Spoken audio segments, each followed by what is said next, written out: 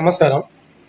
అయితే ఎమ్మెల్సీ కవిత గారి సస్పెన్షన్ పైన చాలా బాధాకరం అనిపిస్తూ ఉంది.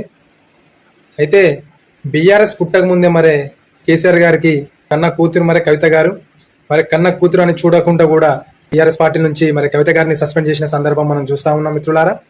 అయితే కవిత గారు ఏమంటా ఉన్నారంటే, బంగారు తెలంగాణ అంటే హరీష్ రావు గారి ఇంట్లో, సంతోష్ రావు గారి ఇంట్లో బంగారం ఉండడం కాదు. బంగారు తెలంగాణ అంటే అందరు బాగుంటేనే బంగారు తెలంగాణ అని మన మాజీ ఎమ్మెల్సీ, మరి ఇప్పుడు రాజీనామా చేసింది కాదు, మాజీ ఎమ్మెల్సీ అని అంటారు. మరి మాజీ ఎమ్మెల్సీ కవిత గారు మాట్లాడుతూ ఉన్నారు. అయితే అదేవిధంగా జిత్తుల మారి నక్క మరి హరీష్ రావు గారు, సంతోష్ రావు గారు అని మాట్లాడుతూ ఉన్నారు మరి కవిత గారు.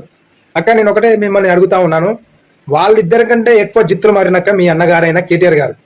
మిమ్మల్ని పార్టీ నుంచి సస్పెండ్ చేయడానికి కారణం కూడా మరి మీ అన్నగారి హస్తం ఉందని నాకు తెలుస్తా ఉంది. గతంలో మీరు పార్టీలో బాధపడుతున్నారని తెలిసిన విషయం కూడా మీ అన్నగారికి తెలుసు. అయినా కూడా వారు ఏం స్పందించకుండా, వారు మీకు సపోర్ట్ చేయకుండా ఉన్నారంటే వారి హస్తం కూడా ఉన్నట్టే కదా. కాబట్టి నేను బీఆర్ఎస్ లో ఉన్న ప్రతి మహిళలకు నేను ఒకటే మరి సూటిగా ప్రశ్నిస్తా ఉన్నాను.